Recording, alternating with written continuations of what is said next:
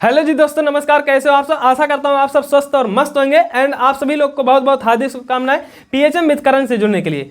दोस्तों, पिछले वीडियो में हम लोग बात कर चुके हैं कि प्रकाश का परावर्तन क्या होता है एंड इसके नियम क्या होते हैं। आज के वीडियो में हम लोग जो है इसके आगे के टॉपिक को कवर करेंगे, तो वीडियो के लास्ट तक आप लोग बने रहिएगा, जिससे कि आज के टॉपिक आपको आसानी से समझ में आ जाए। तो चलिए वीडियो को स्टार्ट करते हैं। देखिए, प्रकाश का परावर्तन क्या होता है ये तो आप लोग आसानी से समझ चुके हो। प्रकाश परावर्तन के प्रकार भी होते हैं। ये प्रकाश परावर्तन दो प्रकार के होते हैं दोस्त। कौन कौन सा होता है? आपका एक होता है नियमित प्रकाश का परावर्तन। क्या होता है? नियमित प्रकाश का परावर्तन। नियमित प्रकाश का परावर्तन। और दूसरा है भाई, दूसरा आपका है अनियमित प्रकाश का परावर्तन। क्या है? अनियमित प्रकाश का परावर्तन। नियमित प्रकाश का परावर्तन क्या होता है और अनियमित प्रकाश का परावर्तन क्या होता है? नियमित प्रकाश परावर्तन को समझना बहुत ही आसान है। देखिए, जैसे कहने का मतलब, किसी चमकदार सतह से अगर प्रकाश किरणें पड़ती हैं तो उस प्रकाश की किरणों में जो है कई किरणें होंगी। वो प्रकाश की किरणें चमकदार सतह पर पड़ने के बाद जो है परावर्तन जब उसका हो ना दोस्त, तो वो उनकी किरणें जो हो समांतर रेखाओं में फैल जाएं। इसी प्रकार के परावर्तन को ही हम लोग क्या बोलते हैं? नियमित प्रकाश का परावर्तन बोलते हैं। कहने का मतलब जो है उनका दिशा जो है समान रहे, उनका दिशा क्या रहे? समान रहे। तो इस प्रकार के परावर्तन को ही हम लोग क्या बोलते हैं? नियमित प्रकाश का परावर्तन बोल लेते हैं। इसके विपरीत क्या है? आपका अनियमित प्रकाश का परावर्तन। अनियमित के प्रकाश के परावर्तन में क्या होता है मेरे भाई? अनियमित प्रकाश के परावर्तन में जब प्रकाश किरणें परावर्तन के पश्चात जो है विभिन्न दिशाओं में फैल जाती हैं, तो इसी को ही हम लोग क्या बोलते हैं? अनियमित प्रकाश का परावर्तन बोलते हैं। ये कैसे संभव होता है? जैसे जो आपका पृष्ठ होता है ना, उस पृष्ठों में अलग अलग प्रकार के, जैसे कि मान लेते हैं कि परावर्तक तल होते हैं। जैसे कहने का मतलब, मान लो कोई खुरदरा चीज़ है, जैसे लकड़ी उकड़ी हो गया ना खुरदरा, तो उसमें जो है कई अलग अलग पृष्ठ होंगे। तो इस पृष्ठ पर पड़ा तो उसका परावर्तन किसी अलग दिशा में होगा, इसका अलग दिशा में, इसका अलग दिशा में, इसका अलग दिशा में होगा। तो इस प्रकार से जो है परावर्तन इनका अलग अलग हो जाता है, अलग अलग दिशाओं में हो जाता है। इसी को ही हम लोग क्या बोलते हैं? विसरित प्रकाश का परावर्तन भी बोलते हैं, यानी कि अनियमित प्रकाश का परावर्तन। इसका लाभ क्या होता है विसरित का? विसरित का यही लाभ होता है ना दोस्त, कि जैसे कि जो हम लोग अखबार पढ़ते हैं ना सुबह चाय नाश्ते के साथ, तो उसमें जो है वो खुरदरे कागज पर बनाए जाते हैं और सस्ते होते हैं। क्यों? क्योंकि जिससे कि जो प्रकाश की किरणें सुबह जब पड़ें तो उस पर जो है उनका नियमित प्रकाश का परावर्तन होकर के हमारी आंखों पर चकाचौंध ना उत्पन्न कर दे। इसी से बचने के लिए जो है वहाँ पर विस्तृत प्रकाश का परावर्तन कराने के लिए उनको जो है सस्ते और खुरदरे कागज पर छापा जाता है, जिससे कि उनका जब प्रकाश का जो है परावर्तन हो, उस पर प्रकाश की किरणें जब पड़े तो वो जो है कई दिशाओं में फैल जाएँ। ठीक है, ये तो आपको समझ में आ गया होगा। अब जो है हमारा अगला टॉपिक है आज का, प्रतिबिंब क्या होते हैं। प्रतिबिंब तो वैसे आपको पता ही होगा क्या होते हैं, मैं इसको रफ कर देता हूं। तो देखिए, मैंने यहाँ पर प्रतिबिंब का परिभाषा लिख दिया है, आप लोग देख सकते हो। तो प्रतिबिंब क्या होता है पहले इसको समझ लीजिए, इसके बाद देखते हैं। प्रतिबिंब क्या होता है दोस्तों? जैसे कि आप लोग सुबह सुबह जब उठते हो ना, या फिर कहीं जाना रहता है ना, तो आप लोग क्या करते हो कि अपने चेहरे को उस शीशे में देखते हो, तो वहाँ पर जो छाया बनता है, उसमें जो बिंब बनता है, उसी को हम लोग क्या बोलते हैं? प्रतिबिंब बोलते हैं। इसको लैंग्वेज में डिफाइन करना हो तो कैसे हम लोग डिफाइन करेंगे? देखिए, इसका जो है सिंपल तरीका है।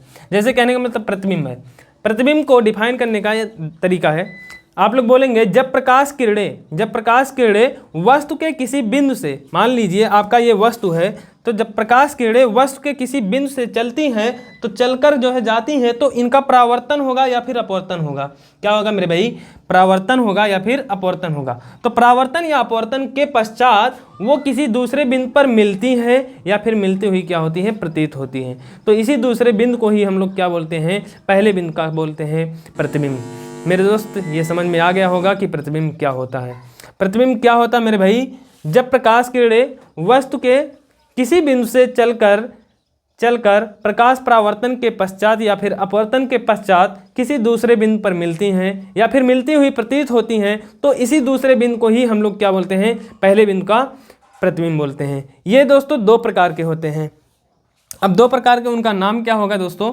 यहाँ से ही हम लोग ये जो है देखेंगे कैसे। या तो दोस्तों देखिए, बिंदु पर वास्तव में मिलेंगी या फिर मिलती हुई क्या होंगी? प्रतीत होंगी। ये इतना होगा, या फिर वास्तव में मिलेंगे। ठीक है, अगर वास्तव में मिल रही हैं तो उसको हम नाम देते हैं वास्तविक प्रतिबिंब। कौन सा नाम देते हैं भाई? वास्तविक प्रतिबिंब, वास्तविक प्रतिबिंब। और दूसरा है आपका आभासी प्रतिबिंब। क्या है मेरे भाई? आभासी प्रतिबिंब, आभासी प्रतिबिंब। देखो ये कैसे हम लोग जो है इसको जो है डिफाइन करेंगे। वास्तविक प्रतिबिंब को कैसे डिफाइन करेंगे? आभासी प्रतिबिंब को। वास्तविक को डिफाइन करना हो तो अगर आपको प्रतिबिंब का परिभाषा याद है तो वास्तविक को भी डिफाइन कर सकते हो, अगर प्रतिबिंब का परिभाषा याद है तो आभासी को भी डिफाइन करते हो।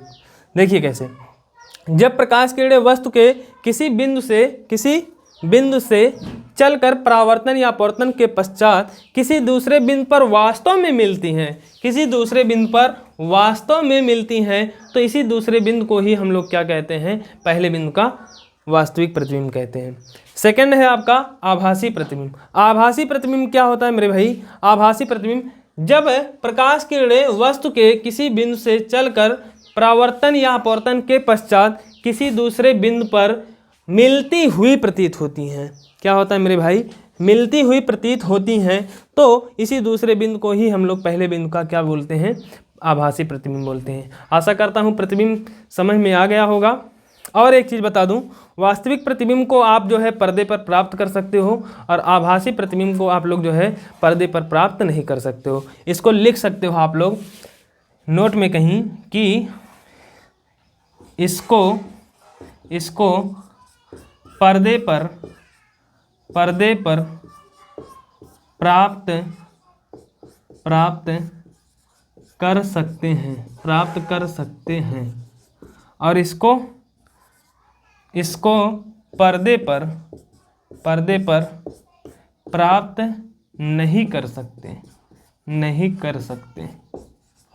यह है अंतर इसमें, ठीक है। इसको आप लोग नोट में लिख लेंगे, एक्स्ट्रा नोट में, ठीक है। तो प्रतिबिंब क्या होता है, प्रतिबिंब के प्रकार क्या होते हैं, ये समझ में आ गया होगा आपको। अब जो है हम अपने आगे के टॉपिक की तरफ चलते हैं। तो अगला मेरा टॉपिक है दोस्तों, वो है दर्पण। यानी कि दर्पण क्या होता है, जिसमें आप देखते हो चेहरा, वो क्या होता है। मैं इसको थोड़ा सा रफ कर देता हूँ। देखिए दोस्तों, दर्पण क्या होता है। तो दर्पण जो है, दर्पण को समझने से पहले आप लोग जो है एक चीज़ और समझ लीजिए कि जैसे कभी कभी आप लोग जब शीशा देखते होंगे ना, अगर एक चीज़ ऑब्जर्व किए होंगे तो आप लोग वहाँ पर देखे होंगे कि हमारा जो दायां सिरा होता है, कहने का मतलब दायां कान है, दायां हाथ है, और जो बायां हाथ है, बायां कान है, बाएं साइड है, तो ये जो है क्या हो जाते हैं, इनका क्रम बदल जाता है। दायां चीज़ बाएं की तरफ चला जाता है और बायां चीज़ दाएं की तरफ हो जाता है। इसको हम लोग बोलते हैं पार्श्व उत्क्रमण। क्या बोलते हैं मेरे भाई? पार्श्व उत्क्रमण बोलते हैं। क्या बोलते हैं? पार्श्व उत्क्रमण। पार्श्व उत्क्रमण क्या होता है भाई? दर्पण में दाएं सिरा बाएं की तरफ हो जाना और बायां सिरा जो है दाएं की तरफ हो जाना ही यह घटना जो कहलाता है पार्श्व उत्क्रमण। समझ में आया? एक होता है आपका जो है, इसके बाद जो है उत्क्रमणीयता का सिद्धांत। उत्क्रमणीयता, प्रकाश की उत्क्रमणीयता का सिद्धांत। उत्क्रमणीयता सिद्धांत। उत्क्रमणीयता सिद्धांत क्या होता है? जैसे कहने का मतलब सिर्फ इतना इसमें है, जैसे जब किसी प्रकाश किरण का परावर्तन हो गया, जैसे प्रकाश किरण का किसी का परावर्तन हो गया, जैसे मान लेते हैं ये कोई प्रकाश किरण है, इसका परावर्तन हो गया, तो परावर्तन के पश्चात जो है ये आपतित किरण है और ये कौन सी किरण है? परावर्तित किरण है। तो अगर जो है मैं फिर से इस परावर्तित किरण पर जो है प्रकाश किरणों को दोबारा यहाँ से भेजूँ तो ये जो है उसी पथ का अनुसरण करेगा, वो जिस पथ से जो है उसकी आपतित किरण आई थी। इसी को ही हम लोग बोलते हैं उत्क्रमणीयता का सिद्धांत। क्या बोलते हैं? उत्क्रमणीयता का सिद्धांत। सिंपल है भाई। क्या है? जब प्रकाश किरणें परावर्तन के पश्चात जो है उसका जो परावर्तित किरण है, उस परावर्तित किरण को दोबारा भेजा जाए तो वो जो है उसी पथ का अनुसरण करती है, वो जिस पथ से आई थी, यानी कि आपतित किरण के पथ को जो है अनुसरण करती है। इसी को ही हम लोग क्या बोलते हैं? प्रकाश की उत्क्रमणीयता का सिद्धांत बोलते हैं। अब जो है मेरा मेन टॉपिक जो है स्टार्ट हो गया, दर्पण। यानी कि दर्पण क्या होता है आप लोग को पता ही है। दर्पण क्या होता है? दर्पण भाई देखो, आप लोग एक लाइन में अगर परिभाषा बताएंगे ना, तो दर्पण का परिभाषा क्या बनेगा भाई? जिससे प्रकाश का परावर्तन हो सके, वही क्या है आपका दर्पण है। क्या है? जिससे प्रकाश का परावर्तन हो सके,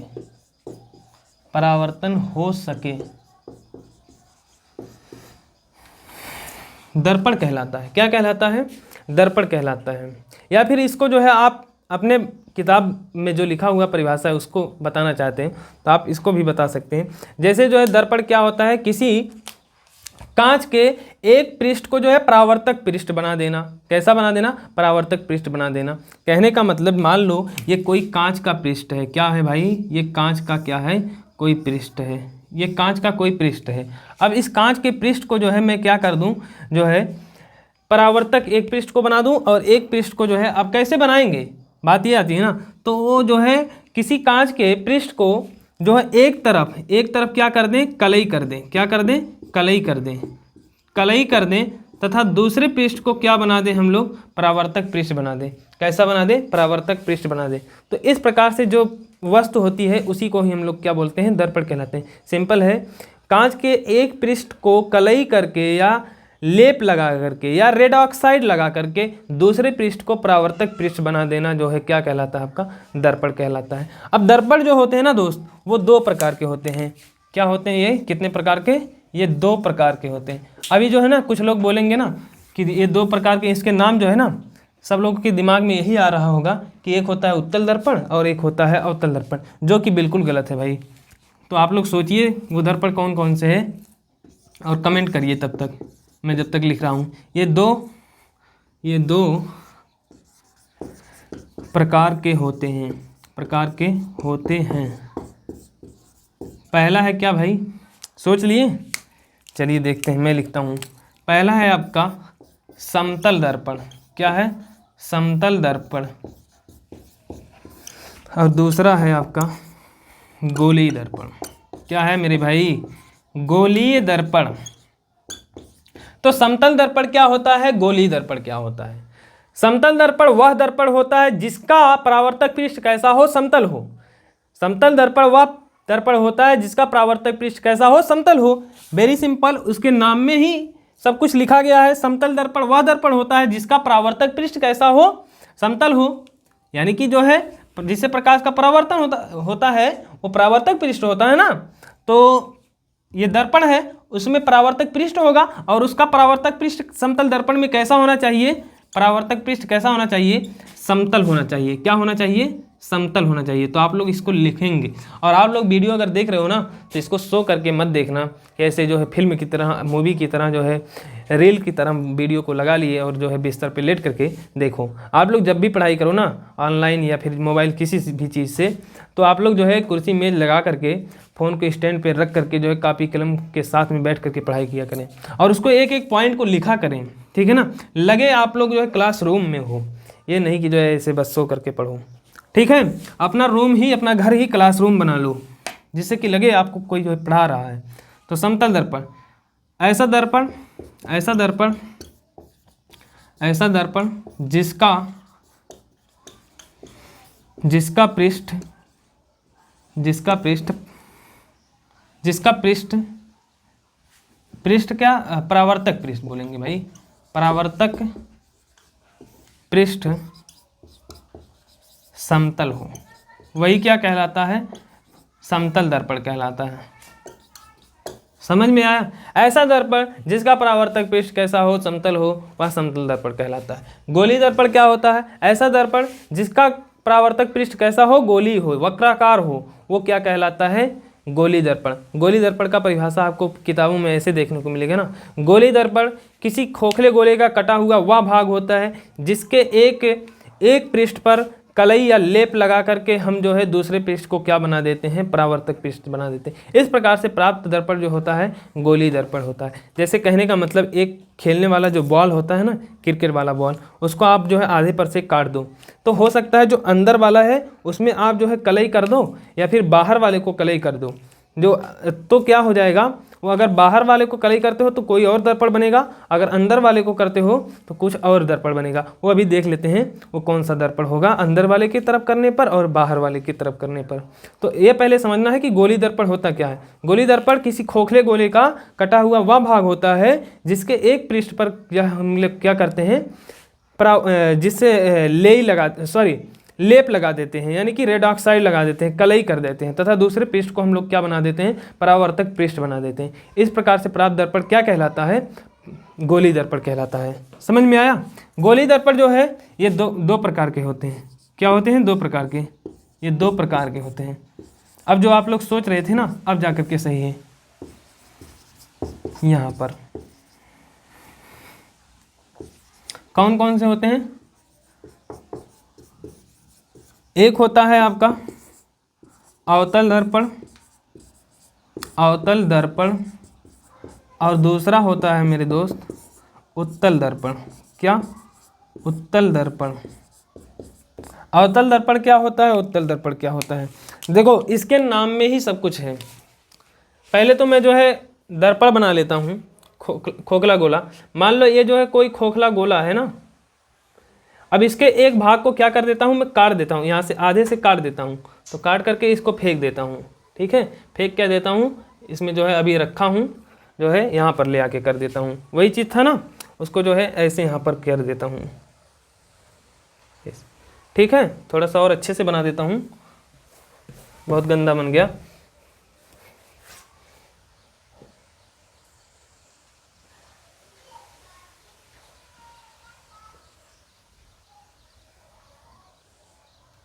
चलिए, हो सकता है अब थोड़ा गोल दिख रहा हो। अब देखो जैसे यही वाला चीज़ यहाँ पर था, इसको यहाँ बीच से काटा तो उसको उठा करके उधर रख दिए।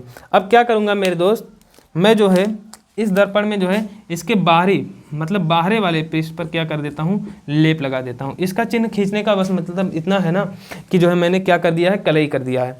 और यहाँ पर मैं क्या करता हूँ, इसमें अंदर की तरफ क्या कर देता हूँ, लेप लगा देता हूँ, कलई कर देता हूँ। तो ये दर्पण कौन सा है, ये दर्पण कौन सा है? तो नाम में ये से दोस्तों देखो, इसका जो है कलई किया हूँ बाहर की तरफ, तो जो है परावर्तक पृष्ठ किधर हो गया है, अंदर हो गया। जब भी परावर्तक पृष्ठ अंदर हो, आ से मतलब अंदर, तो वो दर्पण क्या बनेगा, अवतल दर्पण बनेगा। आप लोग परिभाषा को कैसे बताओगे? ऐसा दर्पण, ऐसा गोली दर्पण, ये कौन सा दर्पण है, गोली दर्पण ही तो है। ये कैसा है, गोली दर्पण है। ऐसा गोली दर्पण जिसका परावर्तक पृष्ठ किधर हो, अंदर हो, अंदर हो, आ से अंदर, आ से अंदर, तो वो कौन सा दर्पण कहलाता है, अवतल दर्पण कहलाता है। और इसको नाम लिख देना यहाँ पर मेरे भाई, अवतल दर्पण। आपका ये वाला कौन सा है, उत्तल। अभी बताते हैं ये कैसे उत्तल दर्पण है। उत्तल दर्पण देखिए, उत्तल दर्पण में क्या है, ऐसा गोली दर्पण जिसका परावर्तक पृष्ठ क्या हो, ऊ से उभरे हुए भाग पर हो, और कलई किधर किया हो, कलई जब उसका जो है उभरा हुआ भाग परावर्तक पृष्ठ रहेगा ना भाई, तो ऑटोमेटिक जो है ना अंदर की तरफ जो है क्या हो जाएगा, कलई किया हुआ हो जाएगा। तो इस प्रकार से जो है आपको अवतल दर्पण भी प्राप्त हो गए, उत्तल दर्पण भी प्राप्त हो गए। अब जो है आपको मैं आशा करता हूँ कि दर्पण क्या होते हैं, दर्पण के प्रकार, समतल दर्पण, गोली दर्पण। और गोली दर्पण में जो है 2 प्रकार के होते हैं, उत्तल दर्पण और अवतल दर्पण। ये भी समझ में आ गया होगा। अब मैं इसको रब करता हूँ, जो अगले टॉपिक को स्टार्ट करता हूँ। चलिए रब करता हूँ। तो देखिए दोस्तों, अब मेरा जो अगला टॉपिक है ये है कि गोली दर्पण से संबंधित कुछ परिभाषाएं, यानी कि इनसे रिलेटेड कुछ जो है क्या होते हैं, डिफिनीशन होते हैं। जैसे कि गोली दर्पण आपका अवतल वाला है, उत्तल दर्पण है, दोनों के लिए ये काम करेगा। तो मैं यहाँ पर सभी परिभाषाओं को जो है एक एक करके पढ़ूंगा, यानी इनके जो है नाम लिख दिया हूँ। ध्रुव है, वक्रता केंद्र है, मुख्य अक्ष है, वक्रता त्रिज्या, मुख्य फोकस, फोकस दूरी और द्वारक। ये सभी क्या होते हैं यहाँ पर आप लोग देखने वाले हो। देखिए दोस्तों, सबसे पहले हम लोग ध्रुव को देखते हैं। किसको? ध्रुव को। तो ध्रुव आपका क्या होता है, दर्पण के, ये क्या है आपका, ये इधर वाला भाग क्या है, परावर्तक पृष्ठ है। क्या है? परावर्तक पृष्ठ है। तो गोली दर्पण के परावर्तक पृष्ठ के मध्य बिंदु को, इधर देखो इतना परावर्तक पृष्ठ इधर भी है, इतना परावर्तक पृष्ठ इधर भी है। उसी प्रकार से इसमें भी इतना परावर्तक पृष्ठ इधर है, इतना परावर्तक पृष्ठ इधर है। तो दर्पण के मध्य बिंदु को, दर्पण के परावर्तक पृष्ठ के मध्य बिंदु को हम लोग क्या बोलते हैं, ध्रुव बोलते हैं। क्या बोलते हैं? ध्रुव बोलते हैं। इसे P से रिप्रेजेंट करते हैं, P से दर्शाते हैं। तो फिर से एक बार, दर्पण के परावर्तक पृष्ठ के मध्य बिंदु को क्या बोलते हैं? ध्रुव बोलते हैं। इसे P से जो है दर्शाते हैं। ये हो गया आपका। सेकंड है आपका वक्रता केंद्र। वक्रता केंद्र क्या होता है? वक्रता केंद्र समझने के लिए देखिए दोस्तों, जैसे ये जो है आपका दर्पण है ना, जैसे ये चीज़ इतना काट करके निकाल दिया गया है, ये पूरा पहले क्या रहा होगा? खोखला गेंद रहा होगा, एक जो है कांच का रहा होगा। तो उस कांच का कहीं ना कहीं एक सेंटर रहा होगा, अंदर जो है क्या रहा होगा? एक सेंटर रहा होगा, यानी कि एक केंद्र रहा होगा। उसी केंद्र को ही हम लोग क्या बोलते हैं? दर्पण का वक्रता केंद्र बोलते हैं। क्या बोलते हैं? वक्रता केंद्र बोलते हैं। यानी कि इसे जो हम लोग किससे प्रदर्शित करते हैं? C से प्रदर्शित करते हैं, दोनों के लिए। तो इसको जो है हम लोग लिखेंगे तो कैसे बोलेंगे? दर्पण जिस खोखले गोले का कटा हुआ भाग होता है, उसका केंद्र ही दर्पण का क्या कहलाता है?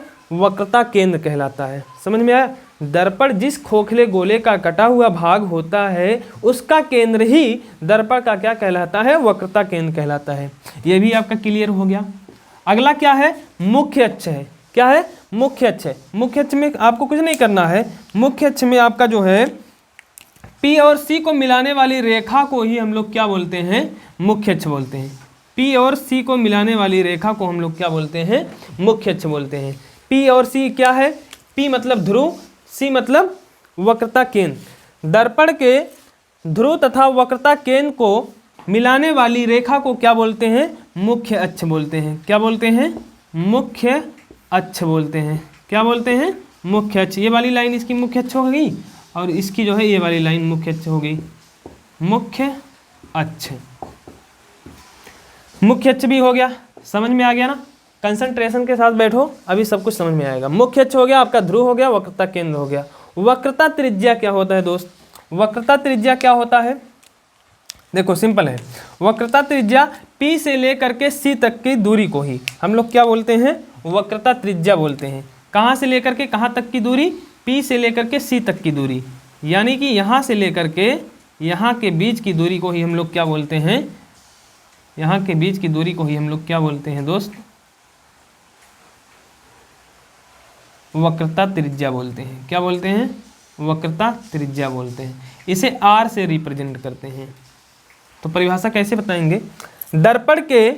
दर्पण के ध्रुव तथा वक्रता केंद्र के बीच की दूरी, दर्पण के ध्रुव तथा वक्रता केंद्र के बीच की, यानी कि ये वाली इतनी दूरी, यही दूरी ही हमारी क्या कहलाती है? वक्रता त्रिज्या कहलाती है। इसको ऐसे भी डिफाइन कर सकते हैं, परिभाषित कर सकते हैं। दर्पण का वक्रता त्रिज्या को आप कैसे परिभाषित करोगे? दूसरा परिभाषा क्या बनेगा आपका? दर्पण जिस खोखले गोले का कटा हुआ भाग होता है, उसका वक्रता त्रिज्या, यानी उसकी त्रिज्या ही दर्पण की क्या कहलाती है? वक्रता त्रिज्या कहलाती है। यानी कि मेरे कहने का मतलब ये है कि जो ये खोखला गोला रहा होगा, या किसी खोखले गोले का कटा हुआ भाग है, तो ये जिस खोखले गोले का कटा हुआ भाग है, उस गोले का जो वक्रता त्रिज्या होगा, वही वक्रता त्रिज्या ही जो है इसकी भी वक्रता त्रिज्या बनेगी। कहने का मतलब जो आप गेंद ले लो, गेंद में अंदर कहीं उसका मिडिल पॉइंट होगा, उस मिडिल पॉइंट से इसकी जो है परिधि तक, इसके पृष्ठ तक जो दूरी होगी, वही तो इसकी वक्रता त्रिज्या बनेगी। समझ में आया? वक्रता त्रिज्या क्या होता है?